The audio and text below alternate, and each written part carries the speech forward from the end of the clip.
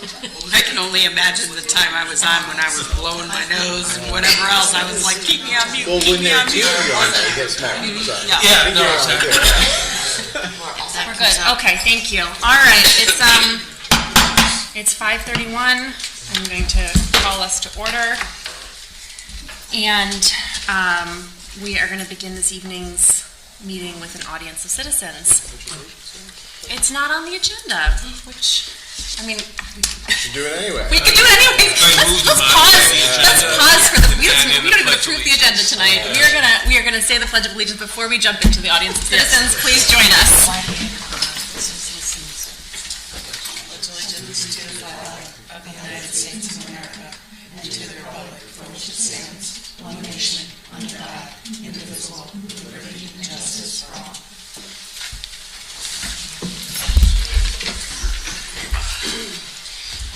All right. Do we have anyone with us online who wishes to address the board? Thanks. And we'll just, as a reminder, please ask folks to share their name and address, and to please keep comments to 3 minutes or less. Thank you.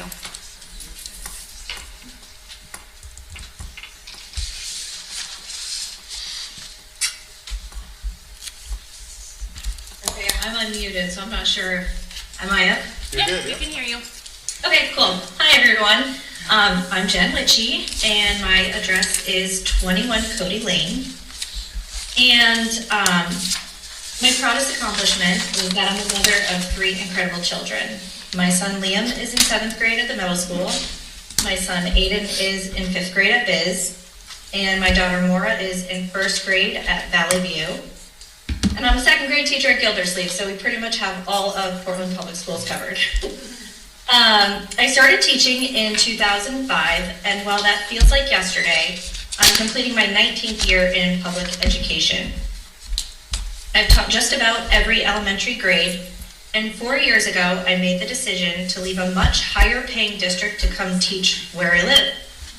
I'd like to take a look at what a small snippet of an elementary day is like in just one subject area, reading instruction. It's well known that best practice in reading involves the teacher's ability to meet in small strategy groups of about 5 students. As we've seen through the 5 different rounds of cuts, there are many elementary classroom positions that have been identified to be cut. When considering collapsing classroom sections, I'd like to break down what that will mean for the learners in just the area of reading. Let's assume there are about 16 or 17 students in each grade level class, which is pretty typical for Portland. If one of those classes gets dispersed amongst the grade level, that's going to add 3 to 4 students to each room, bringing class sizes to about 20. Well, that doesn't sound too bad. What I'd like to take a look at is the impact on the instructional minute. So get your paper and pencil ready. Those students make up their own reading group and size. If the teacher meets with them only 2 times a week for about 15 minutes each time, that equals 30 minutes of direct instruction a week. If you multiply that by a conservative 39 weeks in a school year, there are a few more than that, that equates to 1,170 minutes of instruction.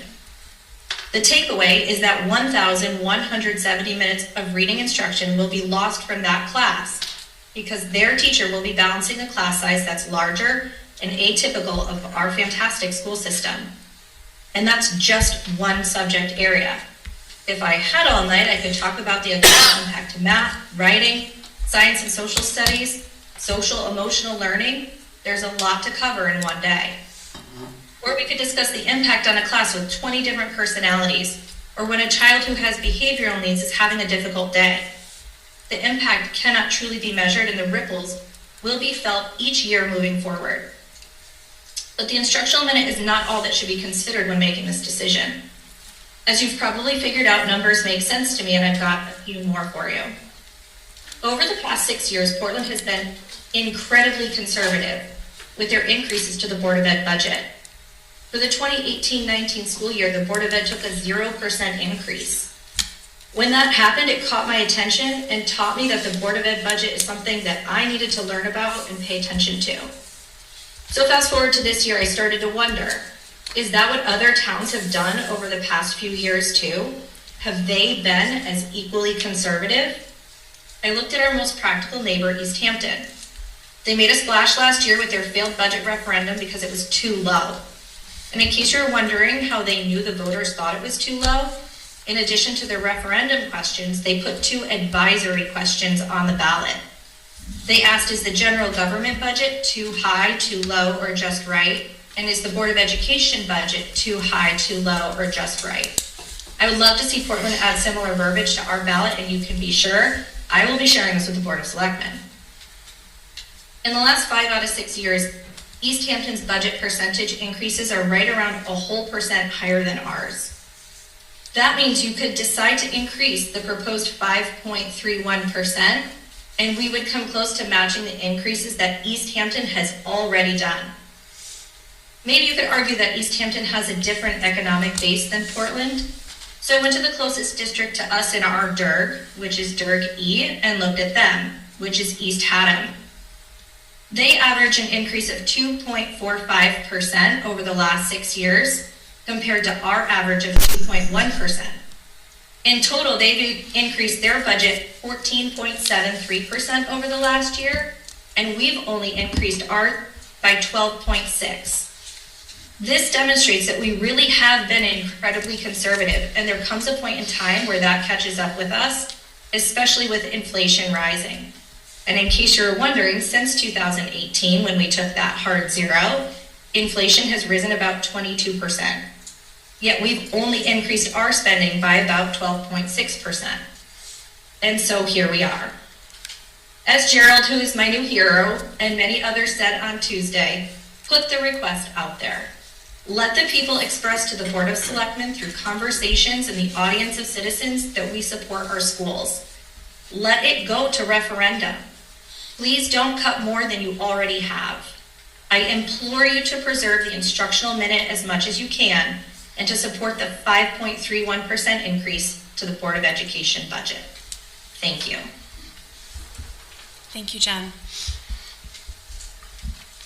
Okay, just ask as a point of order, are we going to allow everybody unlimited time to speak, or are we going to You know what, I hadn't set a timer. I really would encourage, 5 minutes and 30 seconds? I would encourage folks to please keep comments to 3 minutes or less. Thank you. Are there additional comments? Just one. Okay, thank you.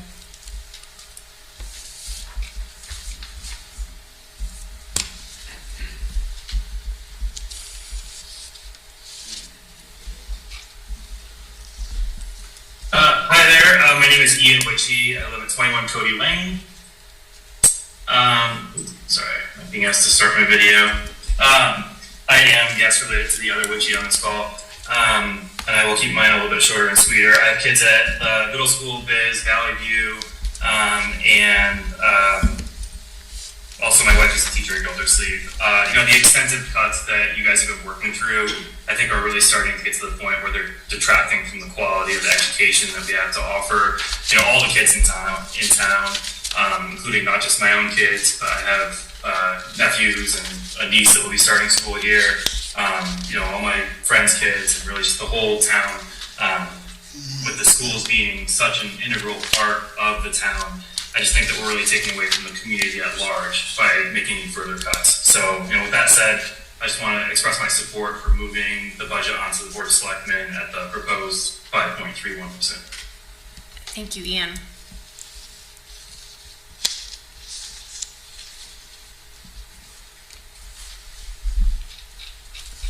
How are we looking? No more at this time. Okay, thank you. All right, folks, we're going to move on to our main agenda item, which is continued discussion of the 2024-25 Superintendent of Schools proposed budget. Sure. Yeah, Want to set us, or? Yeah.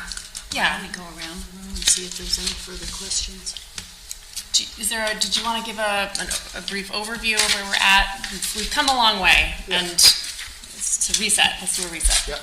All right, so just to kind of walk us through the past 3 weeks where we've been.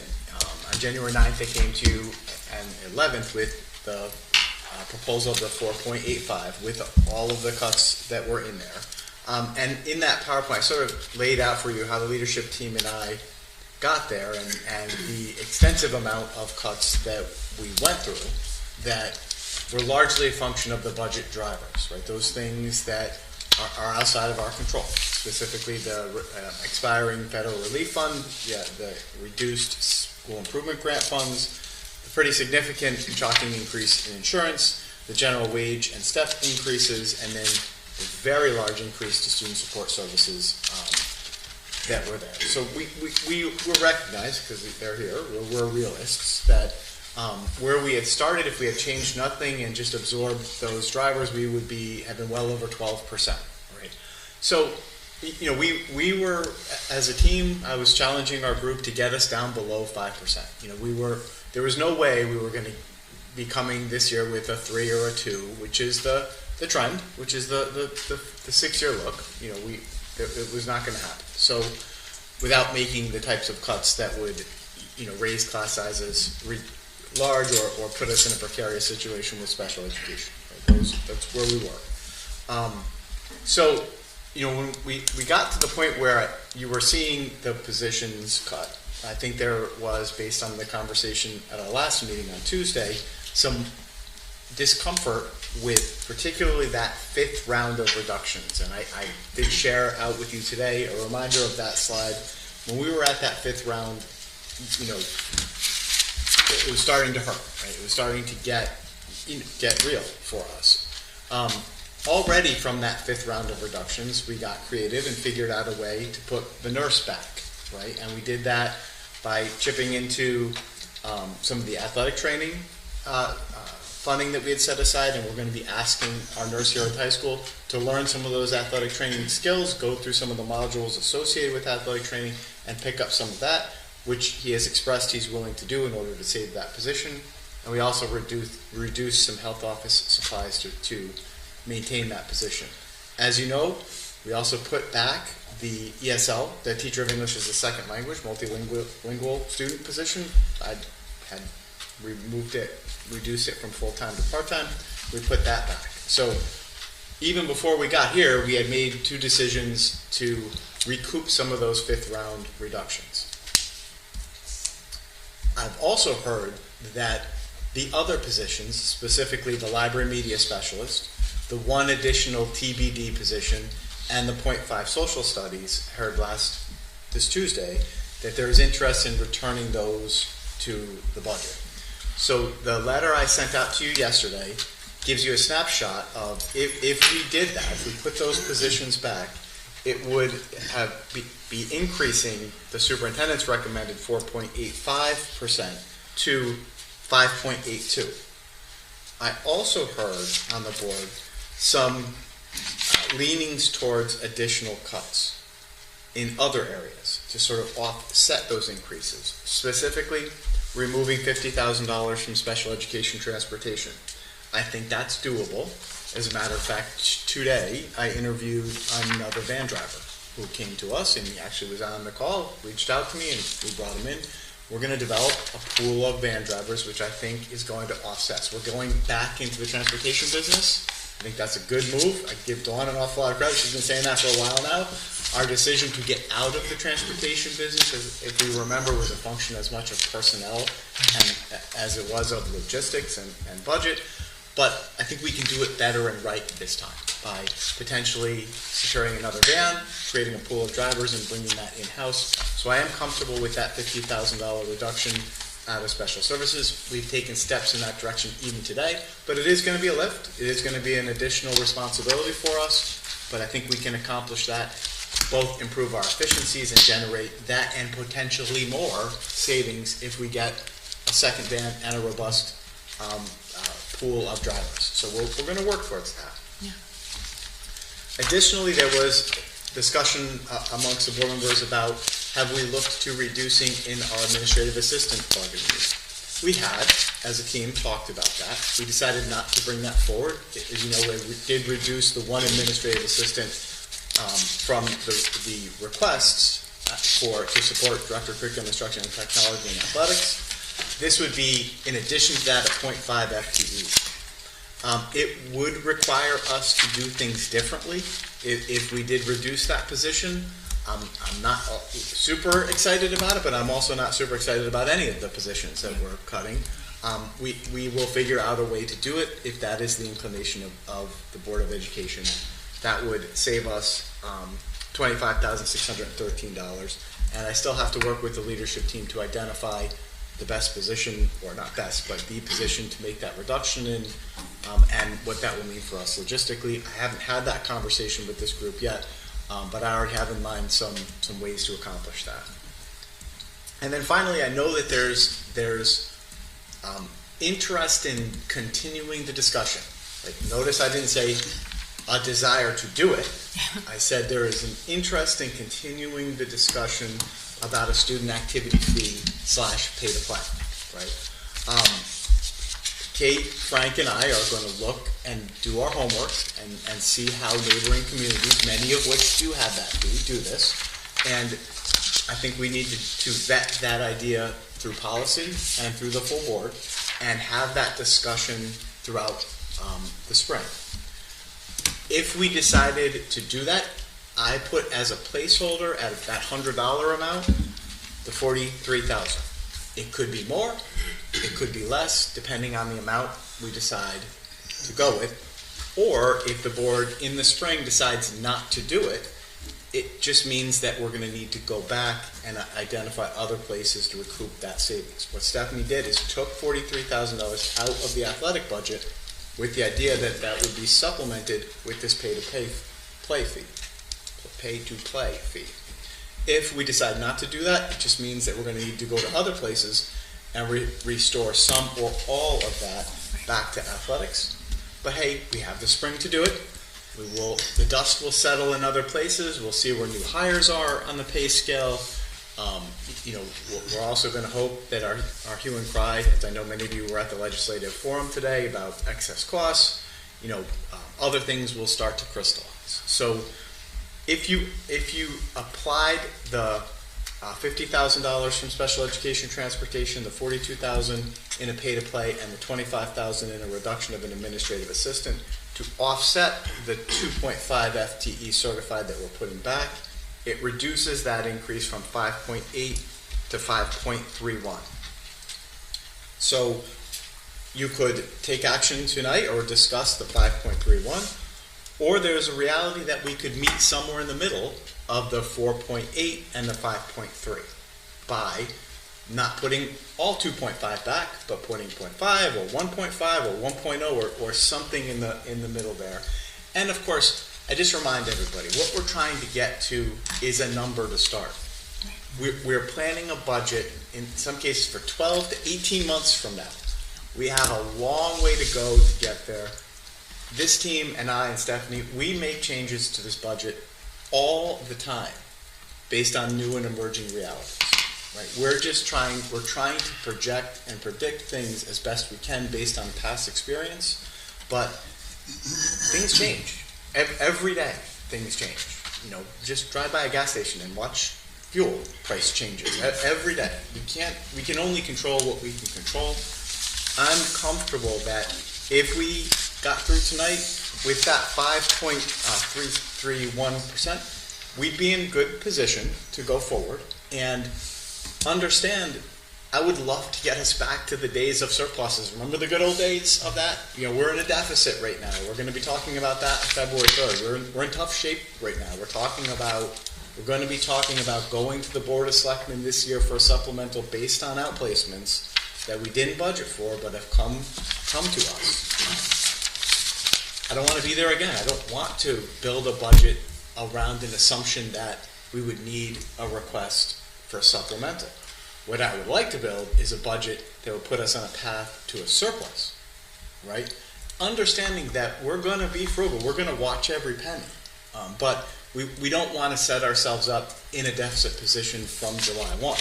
We want to set ourselves up in a position for July 1 to be able to navigate the budget over a 12-month period and hopefully get to the end of June with some leftover money that we can either put to Fund 11, we can put toward technology, we can put towards the food lunch fund,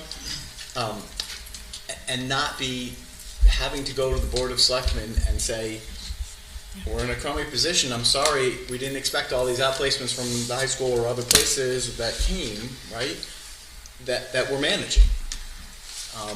So that's where we are. I'd be happy to answer questions. Otherwise, you've all been on this journey with me for the past 3 weeks.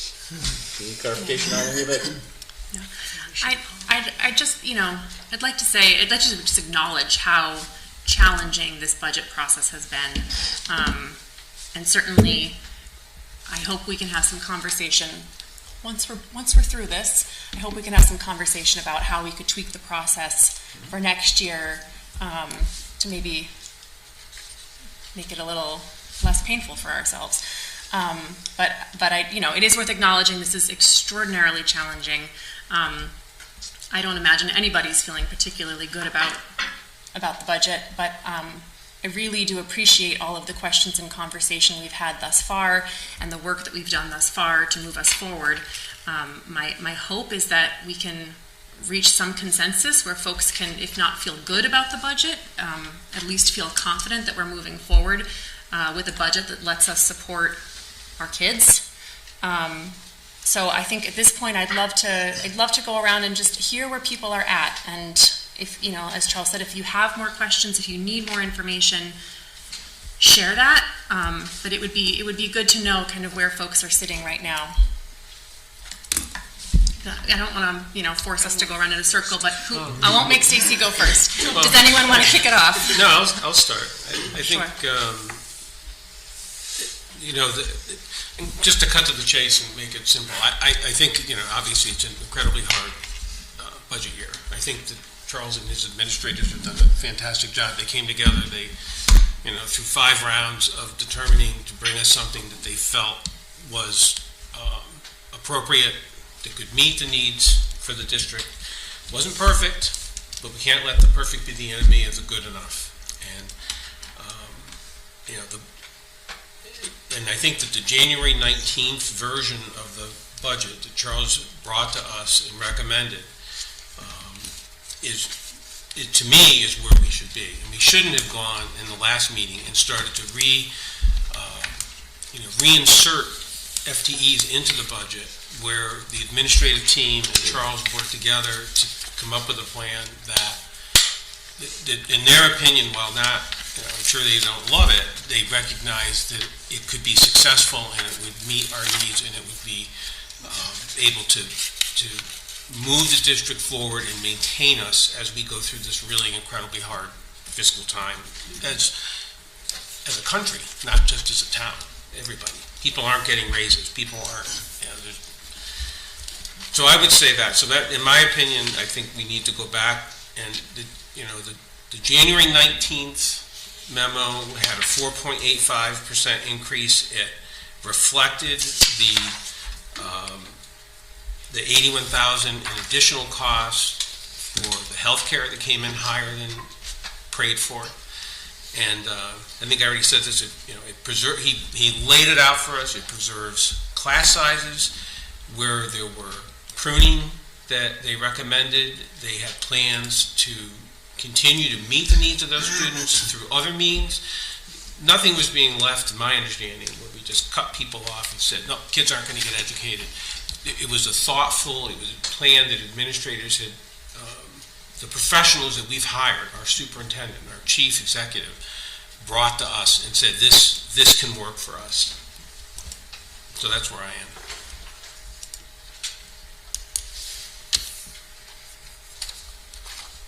I'm ready to, I'll share my thoughts. I have spent any number of nights going through the books and looking at line items and looking at cuts and squeezing that rock, as our hero Gerald mentioned. I think we can't get any more blood out of the rock. I like the 5.31.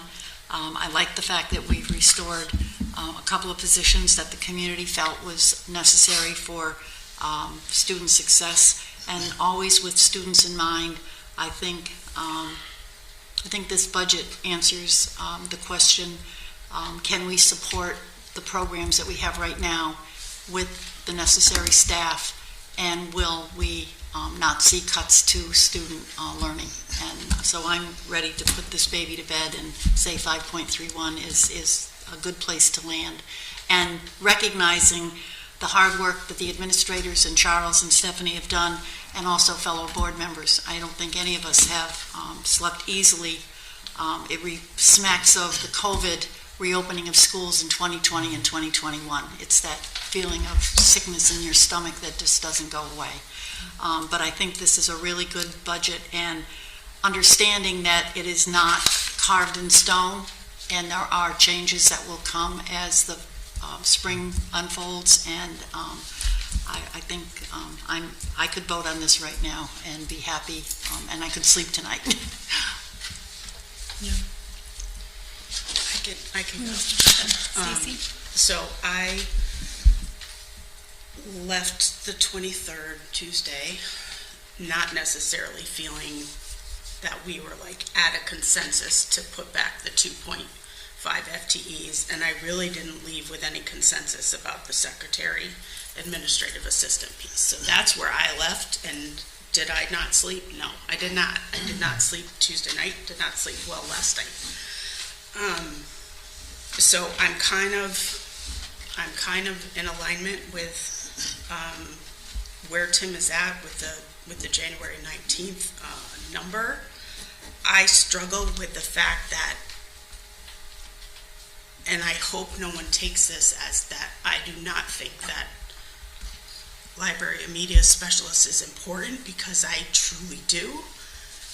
I just think by calling it out, it made it different. It made it different than an FTE of a certified position to be determined. And I think when that's called out like that, just like the PE and the health teacher, when those are called out, it does something different than it does something different than just make it about, and I know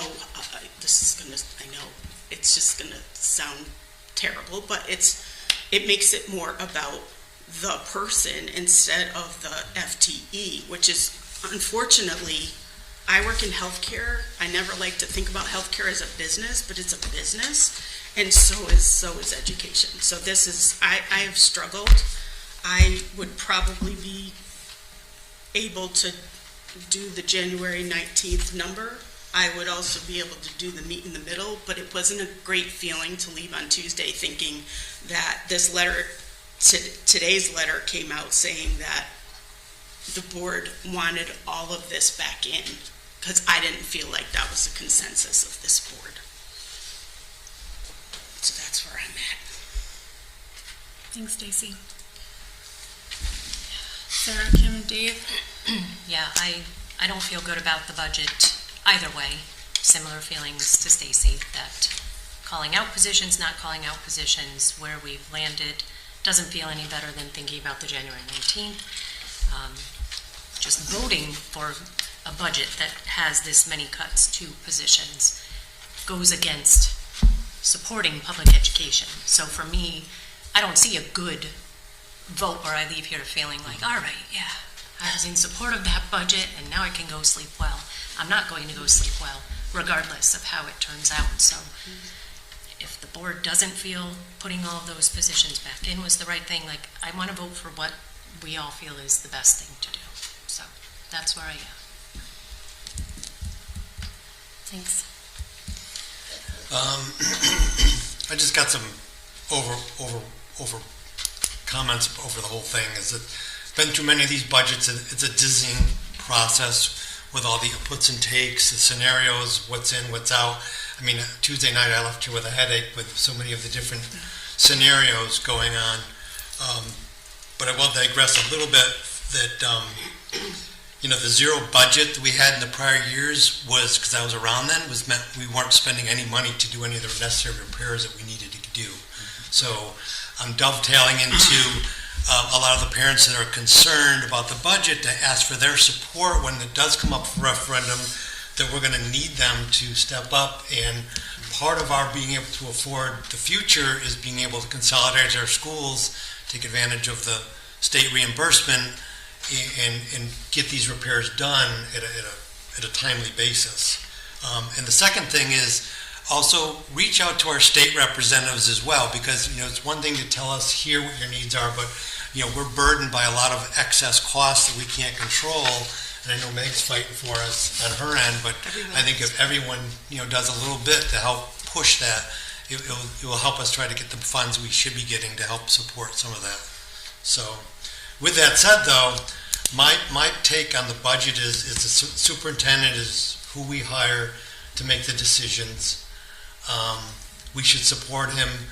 His January 19th at 4.85 was supposedly his best work at that point. I know it was some painful cuts in there. I know that it ebbs and flows throughout the year, and Stephanie does a great job. And for almost every year she's been here, it's come out to almost zero at the end of the year, and I'm amazed because natural gas goes up, but this one goes down, and something happens. So I know this year's not going to be that year, but things like that happen. And I think that's what we got to understand is that there are going to be circumstances that we can't control. Do we get another special ed student? Do we get natural gas, or gas goes up through the roof? Does something change? Do enrollment go up, or whatever that is? That we did the best we can, and Charles needs to come back and, well, first he needs to see if he can do something within the budget. If he can't, then hey, he needs to come back to the Board of Selectmen, and we need to ask for a little bit more money. I don't think that's unreasonable, to be honest with you. I'm also with the pay to play. I'm not sure we should put it in the budget, but I definitely think we should do the due diligence over the next 6 months to a year to kind of make sure it's done correctly, because we bring this up every year at the budget time, and then we scramble because we feel pressured. So I want to make sure we do that right, because it is in most of the other schools around us, and I think it's something we should really look at. And then last but not least, I know this was brought up, but nobody was happy about it, but if the renovation plan is the way we think it's going to go, and the option when we have to get there to move people out of Valley View so they can rebuild that school is going to happen anyways, maybe we look at expediting that process a little bit sooner. Not saying next year, but if it's going to be 2 or 3 years before we start, tearing down and building back, then maybe we do it, the year after or something. So just something I think we need to start thinking further out rather than the year to year. That's my takeaway. Yeah, those are great points. And I really do appreciate you calling out the advocacy that we're going to need from families, from parents, both for our school consolidation project and at the state level. Reflecting on a couple things that have been said, I'm in agreement, Laurel, after a budget has moved forward, of revisiting this process for next year so that we can walk through it more smoothly and collectively, and most likely starting sooner in this school year than we did. In short, I'm willing to support a 5.31% increase in the budget if we vote tonight, and the reason for that being that I envision that we are going to be recouping some savings with some kind of school consolidation in a future year. We're not there yet. What I was hearing at our last meeting was significant pushback on putting our town and families through a rushed change if we were to shutter a school for next school year. So being unable to recoup costs through that mechanism, I think this year, what I'm hearing clearly from everybody who came to speak to the board was that they were asking for more, that they want the 5.31% increased budget to go out for a vote because that's what they're asking for. So in deference and in support of the families whose children are in our schools, that's one of my main reasons for supporting that. Thanks, Sarah. I appreciate all of those comments. Myself, I can get on board with the 5.31% that restores the remainder of the fifth round of reductions, the reduced positions to our budget, and the reason I've been harping on that is because, frankly, when Charles talked us through the budget, those were the ones that he called out this is going to significantly raise class sizes. This is going to reduce class offerings at the high school in the case of the social studies position. This is going to impact student learning in the case of the library media specialist at the elementary school level who provides direct educational support to our students. And knowing what I know about those positions as well is that those are the positions that are frequently meeting the needs of our kids who need to be pushed, our kids who are already achieving at grade level and need enrichment. The enrichment that they're receiving is not coming from a gifted program. We don't offer a gifted program. What we have is library media specialists who provide enrichment for those kids and challenge those kids to learn more. So my feeling about all these reductions is that I don't like any of them, but by the time we got to the 5th round, that's where I was hearing that there would be the greatest impact on our students. And so my strong preference is for a budget that returns the remainder of those positions to the budget. I appreciate that Charles was able to find some savings elsewhere to offset those, to bring us down from a 5.8, which would be very, very hard to swallow. I think that, that as this moves forward, that our job is to approve a number. Whether that number gets to the Board of Selectmen isn't up to us. Whether that number gets to the voters isn't up to us. We really only get to control this first round of what we put our names on as a board, what we put forward. And my feeling is that as the Board of Education, as a group of individuals who care deeply about public education and about our students, that we need to put forward a budget that, we're not feeling like this is a budget that's going to put our kids at risk. And so restoring those positions would help me breathe a little bit easier in that regard. Would I be willing to find some kind of a compromise that brings us to a place where we can have consensus and move forward with a number tonight? Yes. I think that's important. I think compromise is important and consensus is important. And Stacy, you mentioned that you would be comfortable finding somewhere in between the 5.31 and the 4.85. If there's a way for us to reach a place where we can move forward together and send a budget together to the Board of Selectmen that we can stand behind, if we don't, whether we like it or not is a different question, but that we can stand behind. To me, that would be important. And that, that would say something to the Board of Selectmen and to our community. So,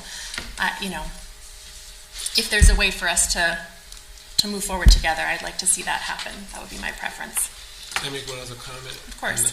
Because I didn't say this before, despite my long-windedness. Because one of my concerns with the secretary, first, as Stacy said, we shouldn't really be singling out individuals here. We should let the administrators work and develop the human resource plan for the district that best reflects their judgment on how to adequately steer and supervise and direct the district and its programming for educational outcomes for students. But we know, and they came to us, and Charles came to us, and it was talked with us about the new effort to incorporate the use of the administrative assistants and secretaries to help the administrators be more effective and to take on the load. And that has increased the load for those employees. And it's a model that apparently, if I understand correctly, has worked really well and has brought about much efficiency. So for me, for this board to personally direct that we cut that particular resource in favor of another one, it's just wrong-headed. And I respect Charles so much as an administrator, and he took it on the chin and said, hey, you know what, I can make that work. Well, of course, but it doesn't mean that was the best judgment in that. And we really shouldn't be supplanting our judgment in matters like that from the superintendent. And that's... So to speak to that, could you talk about that a little bit? This is not a cut that you want. None of these are cuts that you want. Is this that $26,000? Is there somewhere else in the budget we would find it, or that you would prefer, or is this something that you could be comfortable with? What would be your recommendation? Holy cow, right? So, Sorry. I mean, look at what.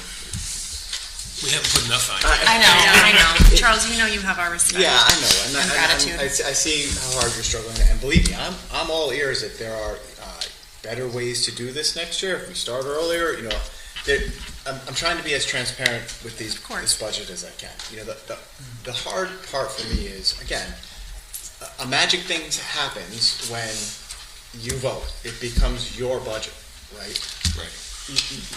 You are going to get from me by the end of June a list of here's how many people we have. Right? I mean, you see it in the presentation I gave you. Go look school by school. You see our FTEs. How many certified teachers? How many administrators? How many custodians? How many paras? You see that, right? That changes.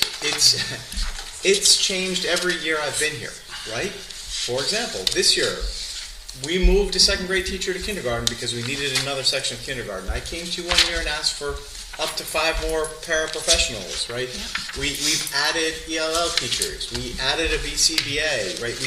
We've removed from places and done other things. When you approve the budget tonight, this really what this is right now. I think Dave said it was kind of funny money. This is my best guess, right? This is my best guess. I guarantee you, this is not going to be our staffing next year. It is going to change. It is going to change at kindergarten. It could change in any number of different places, right? Certainly, by putting these positions back, it gives me greater flexibility as we make the decisions about those changes. But as soon as you approve the budget, any changes to staffing within that budget I make, I bring back to you, right? So if you approve the budget, and I'm saying that there's a cut in an administrative assistant in there right now, that's a placeholder. I would come back to you and say, we've got the money, we can put it back, right? Now, what might generate that money? Well, Dawn and I and Olivia could do an amazing job of special ed transportation, build that pool, get that second van, be able to transport with our own people in-house those students and generate not just 50, but 150,000 in savings. Yeah. Our administrators could do an amazing job and go out and recruit teachers at First Step. We could have a student come back from outplacement. Things could happen that would generate those fundings. Now, that's not a guarantee. That's something I would aspire, I would work towards. We're going to have to make that decision, and the date generally is, by May 1st, we put out the salary statements and offer people employment for the next year. Those people who we know we're reducing, we reduce and we do that, as you can see on there. And you heard an audience of citizens tonight talk about class sizes. Some people are going to be subject to these, but it's not a guarantee, right? It's a here's where we are now. Now, if at any point the budget gets cut more, or we can add back to, things will change, right? So specifically to the question, what it would look like if we got to a point where we kept that reduction of a 0.5 administrative assistant, I need to work with these guys here to figure that out. I haven't had time to do that yet. But if I need to, I will. They're here. You see the heads shaking. They probably know what I'm thinking about in terms of where and how. It's not going to be great, and as soon as we can find the ways to recoup that $25,000, I'll put it right back there, right? But other things have to fall in place, not the least of which is Jessica's got to know what our kindergarten enrollment is. That's a big if, right? I mean, one of those FTE TBDs will be quickly absorbed we only have 60 kids in our kindergarten class because of this change in the new legislation. We're looking at some changes in support services and combining some programming potentially. We're always doing this. So, Tim, $25,000 in a $22 million budget. But for me, it's not about the 25,000. It's about the way we got there. Yeah. And to me, it's board meddling in the administration. And my understanding is that your budget memo of January 19th covered that. That there would be, if it's, the other 2.5 FTEs that were in the round 5 would be remaining where they are, which those could be restored. If, so why do we need to go a bridge further and vote to add back in and just to raise the budget higher when, as you've already said, we've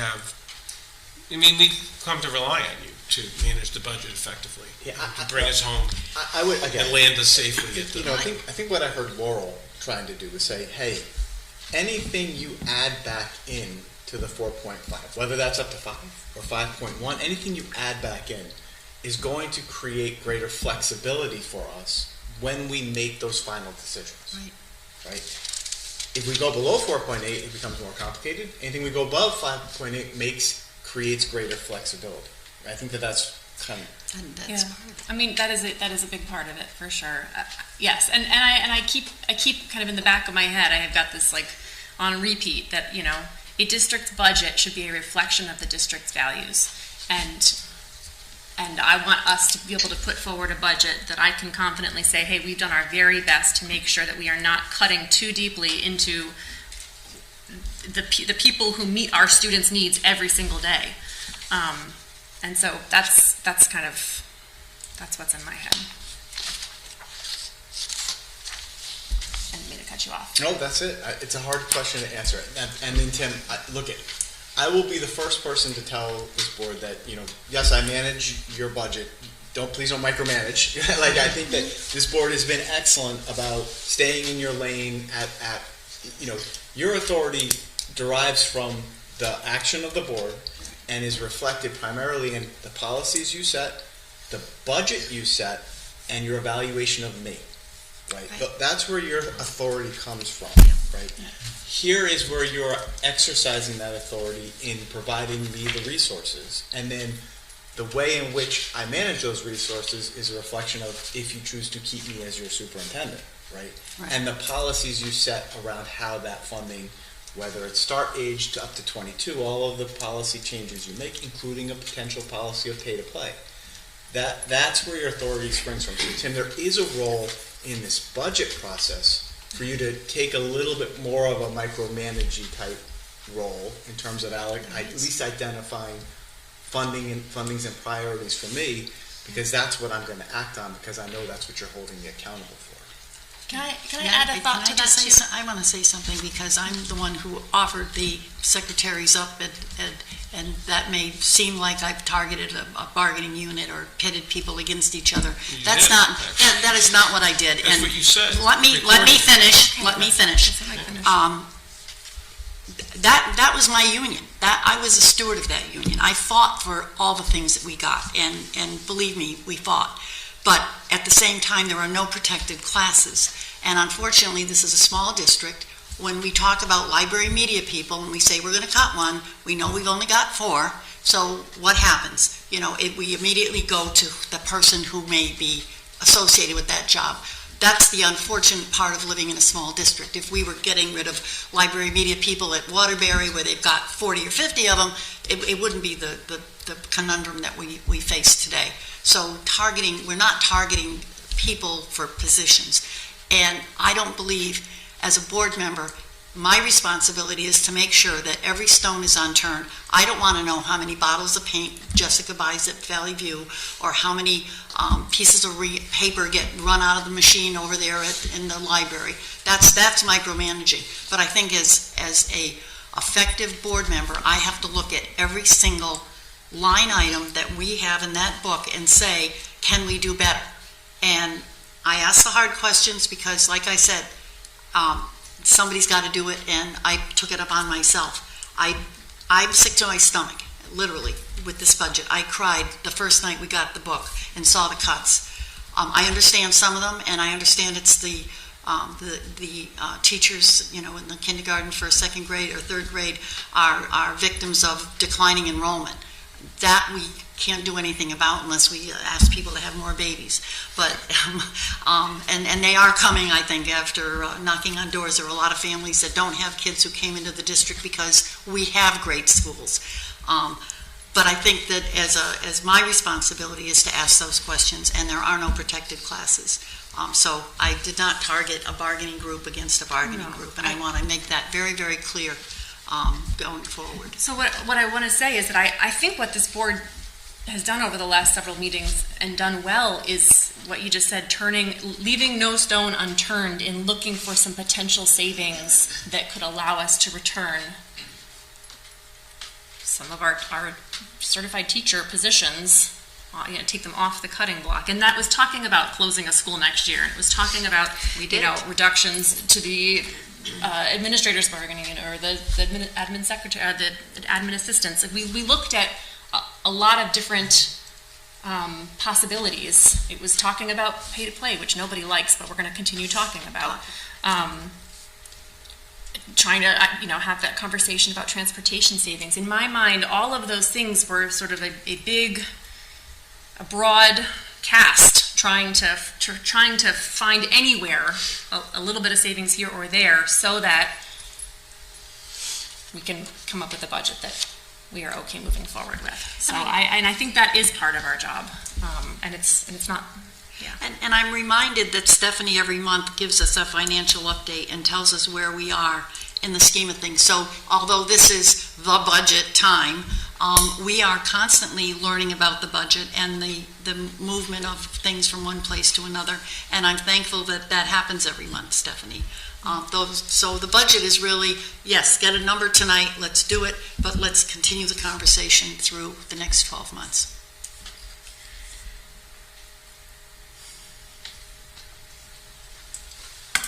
Are we ready to Other move thoughts? the question? Other thoughts?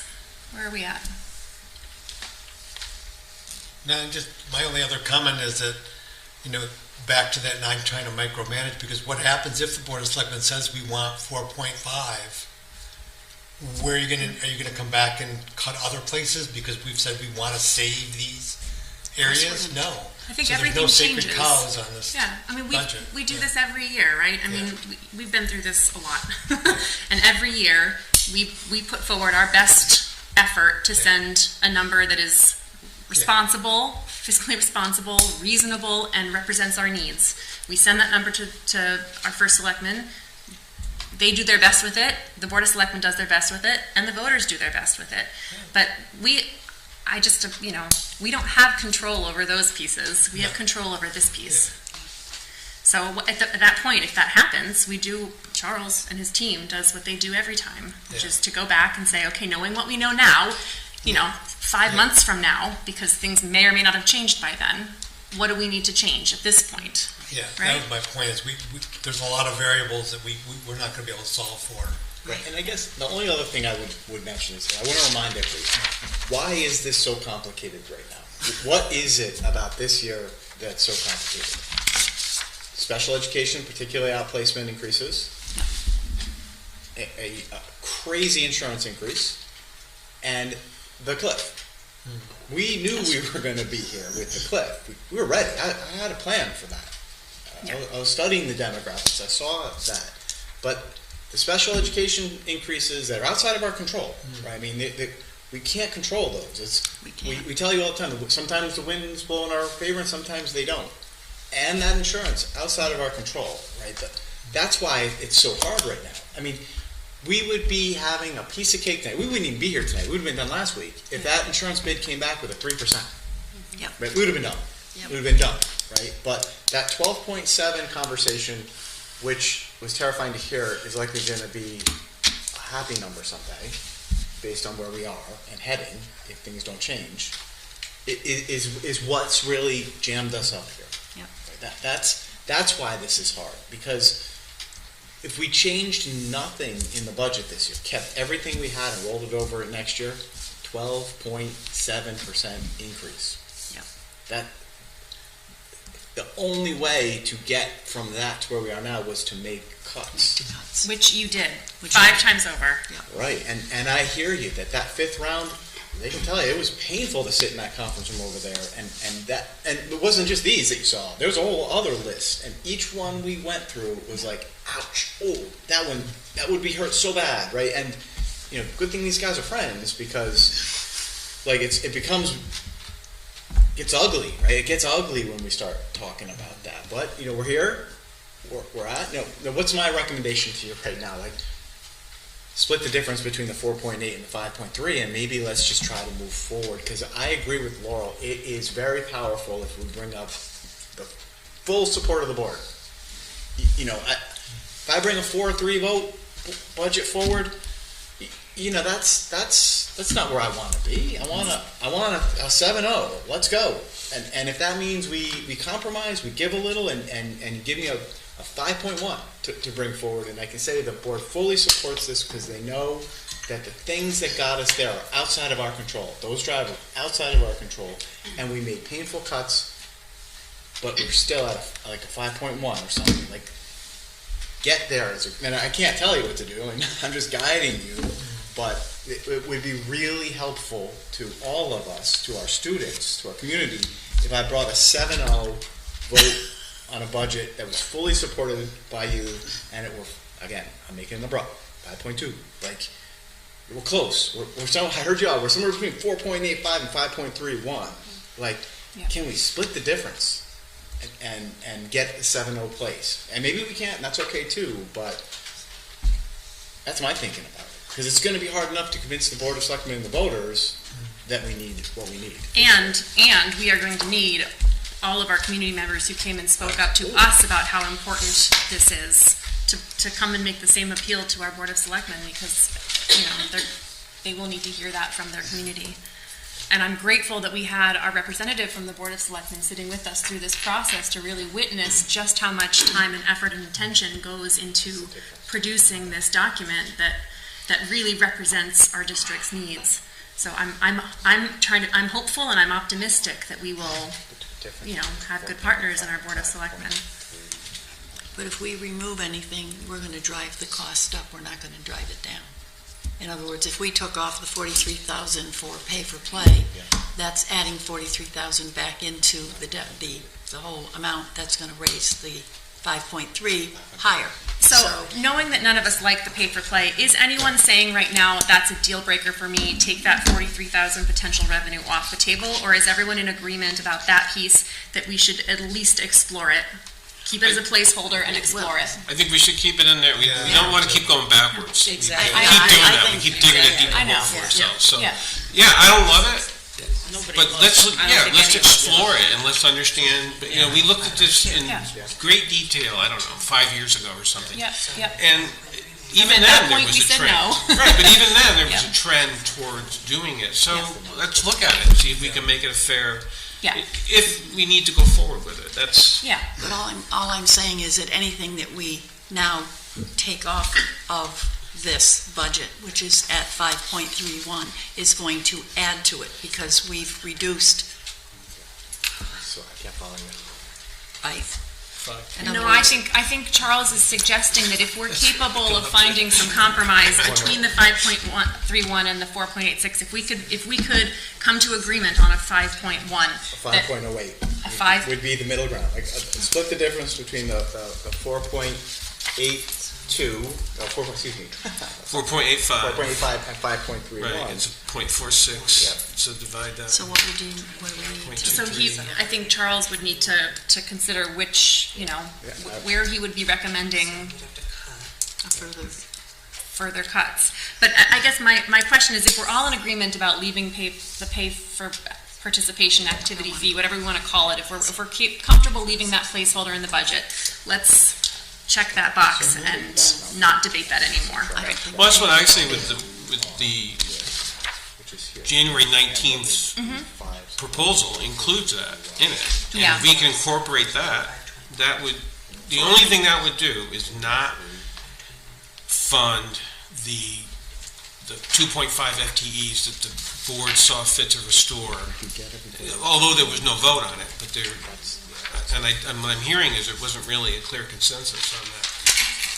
About that 2.5 FTE. About that 2.5. Yeah, You know, our superintendent brought us a new memo that incorporates that reinsertion of the 2.5 FTEs into the budget based on the sense that there was a consensus there.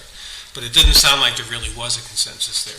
It was talked about, but it certainly wasn't a vote, and there was no. No, there was no vote. So. I mean, Charles has been updating and bringing things to us for consideration all along, and I understand there's not a consensus on it. I can make the case till I'm blue in my face about why I think we should return those positions, but, from that 5th round of reductions. But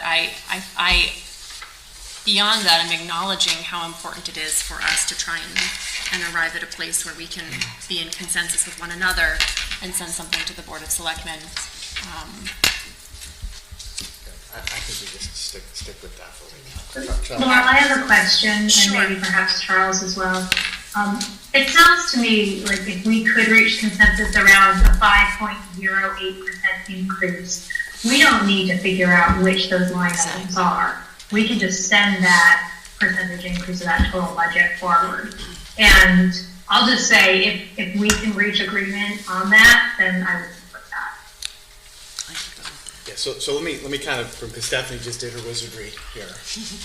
If there was an inclination to split the difference between the 4.85 and the 5.31, it sounded to me like it was 4.3, just in the conversation here. The motion would involve a 5.08 at 29, 743, 521. 24. 24, my bad. Say that one more time. 24 what? So that was- 24, 743, 521. 521.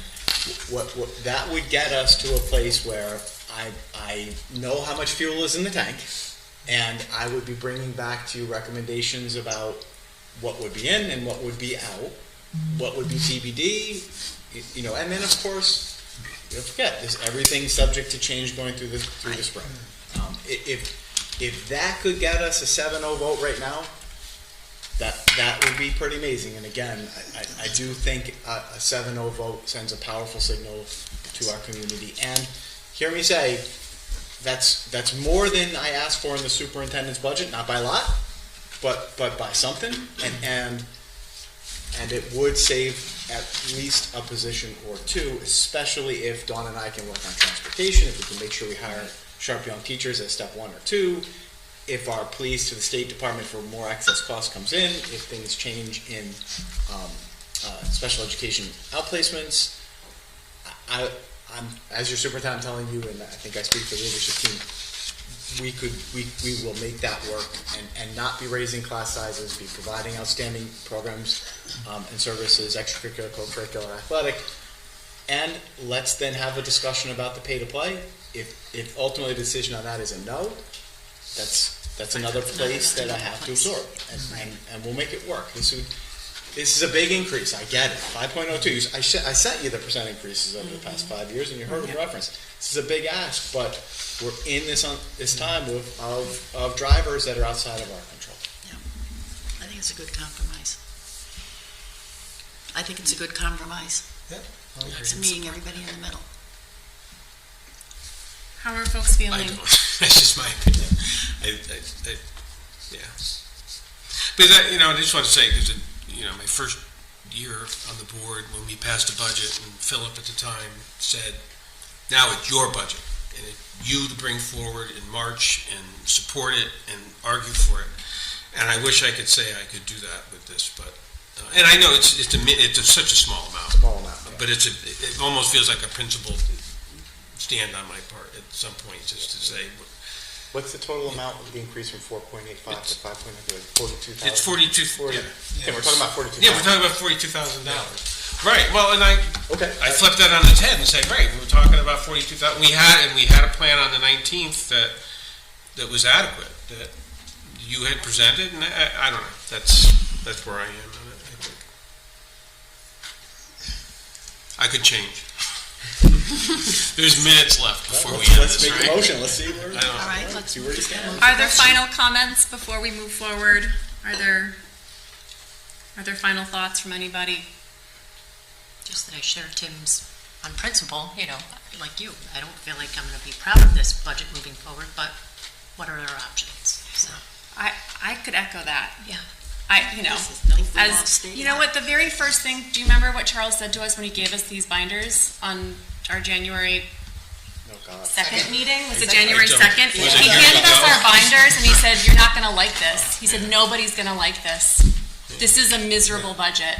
and then we get to spend the first budget session on my birthday. So That's that's right. like, That is So true. I just, there's nothing to like in this. No. Yeah, and I guess I'm going back to that because, I mean, you're right. It's hard to feel proud of something. I mean, for a variety of reasons, it's hard to feel proud of something that you're feeling is cutting into our ability to serve our students. The alternative, But we are is- serving our students. we are I mean, doing we our very are. best We are to. doing our best We are to serve doing our our very students. best to. We are. And the alternative, I mean, I just think it, where we're at now, our best bet is to, as a team, send forward a request for what we need to meet our students' needs, and to make our case to the Board of Selectmen for why we're asking for it, and to ask our community's support to make the case to our Board of Selectmen for why we're asking for this. And I'm optimistic that we'll have good partners, and that we'll be able to build community support for this. And I think you guys have really done a nice job modeling civil discourse and demonstrating the art of compromise, right? I mean, We have. I think you're in the right place. Yeah, I do too. Final comments. Are we ready to move forward together? I think we can move the question. I'll move the Do you have question. the number? So that motion with those numbers, 24, 743, 5.0. 521? Yep. Okay, You have it? I'll make the motion to set the superintendent's budget to the Board of Ed budget. Hold on, At- I got the. Oh, you got the language motion. from- Oh, you got the language right here. Okay. To recommend to the Board of Education the adoption of the Portland budget, Board of Education budget in the amount of $24,000. 24 million. $24,743,521 and 8 cents, Yeah, represent. Which represents a which represents a 5.8%. 5.08. Right, 5.08. 5.08%. There we go. The lack of sleep, Yep. Increase over the 2023-24. but Adopted budget. Adopted budget. Thank you. Thank you. Is there a second? I will second. Thank you, Stacy. Any further discussion? Will you squeeze this I one? will say that for a difference of 0.23% and 40, is it 40,000? I'm going to suck it up. Thank you, Sam. Because I voted no last year for the budget, and I was on a principled stand, and I recognize, and I just know how hard you've worked to bring this home to us, and for your team, and how hard you've worked, and enough said. Thank you. And my final thought is just let's do everything we can over the next however long to identify where we can find some more transportation savings. And I know that you'd been talking about that before, and it seems like that's an area where we need to really focus some attention moving forward and work some magic. And it's a board budget, but it's everybody's budget. It's the students, it's the parents, it's the community, it's the staff. If we all work together, we know how hard this is going to be. We know what the future holds with the reconfiguration of the schools. It really, we all can work together and get this done in the best way possible. Yeah. All in favor? Aye. Aye. Aye. Any abstentions? Any opposed? Budget passes unanimously. Thank you all so much for your careful work on this. 6:39. And I hope that our community hears loud and clear that we need you and your support moving forward. Not only to get this budget through, but also to help us move forward with our school consolidation process. And please feel free to call Dr. Britton should you have any questions. Is there a motion to adjourn? So moved. Thank you, Tim. Is there a second? Second. Thank you, Kim. All in favor? Aye. Aye. Good night. Good job, you guys. Yeah, it's step one. It's a big step. It's but step one. Oh, I like your mouse. Is that like a special thing?